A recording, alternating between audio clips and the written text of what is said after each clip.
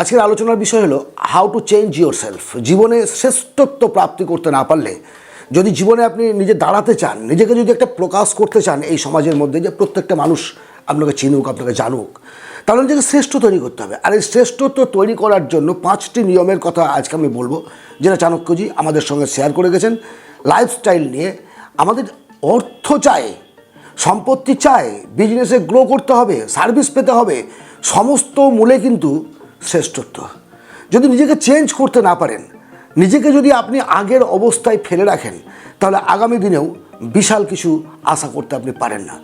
So এই যে 5টি নিয়ম নিজেকে পরিবর্তন করার অত্যন্ত সহজ, এগুলোকে আমরা যদি মেনে চলি তাহলে অবশ্যই আমাদের জীবনে পরিবর্তন আসবে। প্রথম নিয়মটি হচ্ছে, যত কাছের বন্ধু হোক না কেন, যত কাছের নিয়ারেস্ট আত্মীয় হোক না কেন, গোপনীয়তা তার কাছে বলবেন না। প্রত্যেকটা মানুষের জীবনে কিছু গোপনীয়তা আছে, থাকতে বাধ্য প্রত্যেকের। একটা ইউনিক ফর্মুলা আছে তার জীবনের সাফল্যের জন্য। এবার এইটা কখনো আপনি কারোর সঙ্গে, এমনকি স্ত্রীর সঙ্গেও শেয়ার করবেন না।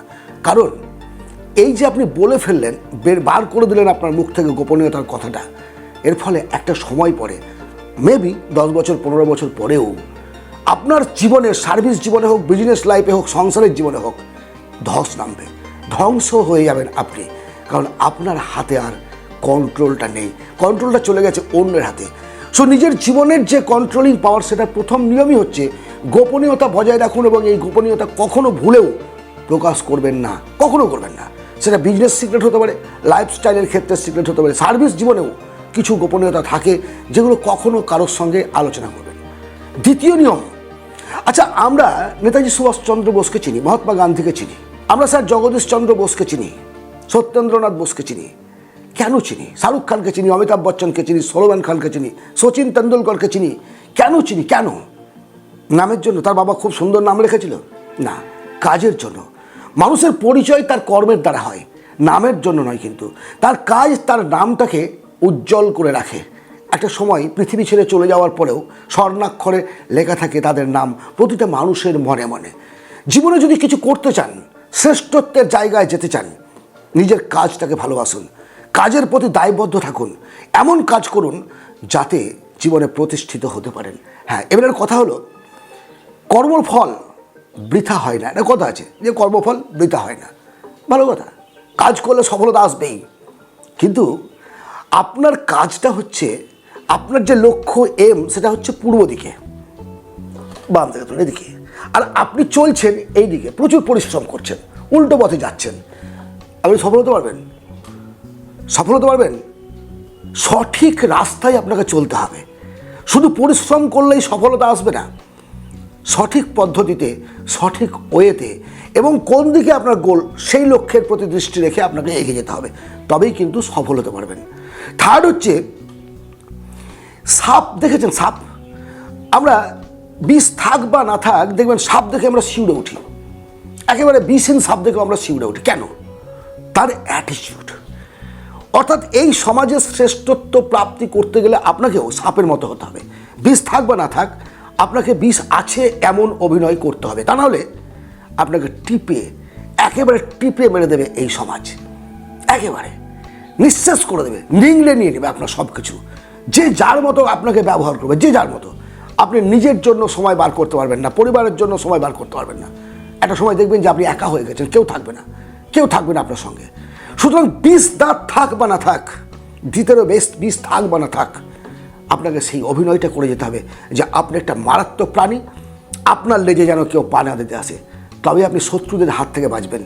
এই যে সমাজটা না, মানুষ সমাজে আপনি যখনই বড় কিছু করবেন, আমি একটা ভিডিওতে বলেছিলাম যে বাঙালিরা হচ্ছে কাঁকড়ার জাতি, নিজে উন্নতি করবে না, আবার যদি কেউ উন্নতি করে তো তাকে টেনে কিভাবে নামাতে হবে সেটা বাঙালি জাতি জানে। হয়তোবা সেই কারণেই কবাডি খেলাটা হচ্ছে আমাদের জাতীয় খেলা, যে একজন যখন দাগ পার ওপারে যাবে, সবাই মিলে তাকে আমরা টেনে ধরবো। এই টানার বা আপনাকে ছোঁয়ার সাহস যেন হঠাৎ করে কেউ না পায়।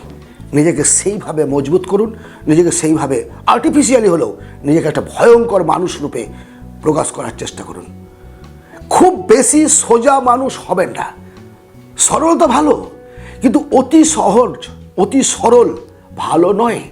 জঙ্গলের সবচেয়ে সোজা গাছটাকে আগে কাটা হয়, এটা জানেন? চাণক্যজি বলেছেন। এবং এটাই রিয়ালিটি। এই সমাজে যারা খুব সহজ সরল মানুষ তাদেরকে সবাই এসে ঠকিয়ে যায়। কেন ঠকিয়ে যায়? আমি ঠকলাম। কেন ঠকলাম? আমি আমার সরলতার জন্য। আমি সহজেই কাউকে বিশ্বাস করে ফেলছি। এই যে ব্যাপারটা, নিজের মধ্যে শ্রেষ্ঠত্ব আনতে গেলে এই ব্যাপারটাকে খেয়াল করতে হবে যে না, ভবিষ্যতের কথা, অতীতের অভিজ্ঞতা এবং বর্তমান, এই তিনটিকে বিবেচনা করে আপনি সেই মতো করে নিজে চলবেন। নিজে একটু বাঁকা হন সবসময়, একেবারে অন্ততপক্ষে আপনি যদি ভেতরে ভেতরে পরিষ্কার মানুষ হন, তবুও মুখে যেন আস্ফালন থাকে, মুখে যেন একটা ভাষণ থাকে যে না, এই এত সহজ সরল মানুষ নয় যতটা ভাবছিস। তা নাহলে কিন্তু এই সমাজ আপনাকে বড় হতে দেবে না।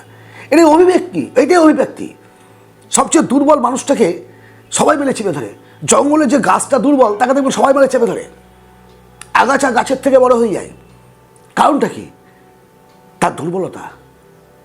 আবার কিছু গাছ আছে দেখবেন চ বেড়ে যাচ্ছে। কেন? এই ওই ব্যক্তি নিজেকে এই সমাজে টিকিয়ে রাখতে গেলে, নিজের পরিবর্তন করতে গেলে, জীবনের পরিবর্তন করতে গেলে আপনাকে কিছুটা বাঁকা হতেই হবে। সবশেষের এই পয়েন্টটি মনোযোগ দিয়ে শুনবেন। আমরা অধিকাংশ লোক চাই, অধিকাংশ বললে ভুল হবে, 100% লোক, প্রত্যেকটা মানুষ চাই জীবনে প্রতিষ্ঠিত হতে। জীবনে প্রত্যেকে চাই, কিন্তু সফল হতে পারি না। তার কারণটা কি? মূল কারণ হচ্ছে কাজের প্রতি একটা ভীতি। আমরা কাজ শুরু করি, খুব পূর্ণ উদ্যমে কাজ শুরু করি, খুব গভীরভাবে চিন্তা করে কাজ শুরু করি। শুরু করার পরে কোনো একটা ভয়ে, মেবি ফেলিওরের ভয়, সামাজিকতার ভয়, লৌকিকতার ভয়, কাজটাকে ছেড়ে দিলাম। আমি আপনাকে বলবো, যখন কোনো কাজে হাত দেবেন, তার আগের মুহূর্ত পর্যন্ত যত রকমের চিন্তা আছে আপনি করুন। যত রকমের চিন্তা আছে, খারাপ চিন্তা, ভালো চিন্তা, ফেলিওর আসতে পারে, সফলতা হতে পারে, সফল হলে কী হবেন, ফেলিওরে কী করবেন, সমস্ত চিন্তা ভাবনা করে কাজটি শুরু করুন। কাজ শুরু করার পর আর পেছনে ফিরে তাকাবেন না। আসুক ফেলিওর, জ্যাকমার কথা ভাবুন না। জ্যাকমা কী করেছেন জীবনে?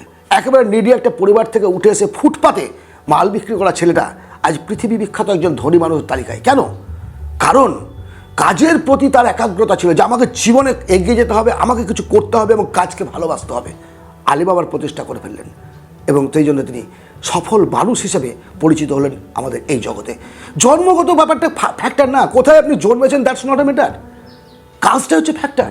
কাজের দ্বারা নিজেকে প্রকাশিত করতে হবে, অবশ্যই প্রকাশিত করতে হবে নিজেকে কাজের দ্বারা। আর বললাম তো যে আমরা কাজে ফেলিওর হচ্ছি। আজকে একটা কাজ শুরু করলাম, 10 দিন করলাম, কাজটা ভালো লাগলো না, ছেড়ে দিয়ে আর একটা কাজে হাত দিলাম, ওটা ছেড়ে দিয়ে আর একটা কাজে হাত দিলাম, ওটা ছেড়ে দিয়ে তারপর আর একটা কাজে হাত দিলাম। এতে কী হলো? আমি আমার সময়টাকে নষ্ট করলাম ঠিকই, কিন্তু কাজ কোনোটাই আমি শিখতে পারলাম না। কিন্তু যদি একটা কাজে আমি লেগে থাকতাম, 4টে কাজ 10 দিন ধরে করেছি, 40 দিন টানা যদি আমি একটি কাজ করতাম, সেই কাজে যথেষ্ট অভিজ্ঞতা আসতো, যথেষ্ট। যে কাজটা কঠিন মনে হবে, যে টাস্ক কঠিন মনে হবে, যে জিনিসটা আপনার বুঝতে অসুবিধা হবে, সেইটাই বারবার করুন। সফলতার এটাই মন্ত্র, সেইটাই বারবার করুন, তবেই জীবনে সফলতা আসবে। সেটাকে ইজি করে নিতে হবে। হাজার রকমের কাজ না করে একটি কাজকে 1000 বার করুন, দেখি সফলতা কী করে আসে না। আজকের এই যে 5টি পয়েন্ট আপনার সঙ্গে আমি শেয়ার করলাম, নিজেকে পরিবর্তন করার শ্রেষ্ঠত্ব নিয়ে আসার জন্য জীবনের প্রতিটি ক্ষেত্রে, সংসার জীবন থেকে শুরু করে সার্ভিস জীবন, বিজনেস জীবন, সমস্ত জীবনে আপনার এই কথাগুলো কাজে লাগবে। মনোযোগের সঙ্গে দ্বিতীয়বার শুনুন, তৃতীয়বার শুনুন, আপনার পরিবারের সঙ্গে সকলকে এটা শোনান যে জীবনটা তো সহজ নয়, জীবনটা একটা কঠিন সংগ্রামের জায়গা। না হলে ওই দিন আনা দিন খাওয়ার মতো মরে যেতে হবে। দিন আনা দিন কেউ চিনতে পারবে না, কেউ চিনবে না, লাইফ শেষ হয়ে যাবে। আর 5টা মানুষের মতো খাবেন, দাবেন, ঘুমাবেন, সন্তান উৎপাদন করবেন, চলে যাবেন, ব্যাস। যদি কিছু করতে হয়, নিজেকে বাঁচিয়ে রাখতে চান, নিজের নামটাকে স্বর্ণাক্ষরে লিখিয়ে রাখতে চান, এই 5 নিয়ম মেনে চলুন, জীবনে প্রতিষ্ঠিত হবেন, শ্রেষ্ঠত্বের জায়গায় পড়বেন। আসুন, আপনারা আমার পরিবারের সদস্য হন, আমাদের সঙ্গে থাকুন, ভালো লাগবে। সাবস্ক্রাইব করুন, সঙ্গে থাকুন। আমি এই ধরনের ভিডিও আপনাদের জন্য আরও বেশি নিয়ে আসার চেষ্টা করব, যাতে লাইফস্টাইলে ভবিষ্যতে কোনো দিন একাকিত্ব ফিল না করুন। কেউ না থাকলেও আমি আপনাদের সঙ্গে আছি। ধন্যবাদ, ভালো থাকবেন। পরবর্তী ভিডিওতে আবার কথা হবে। ভালো থাকবেন।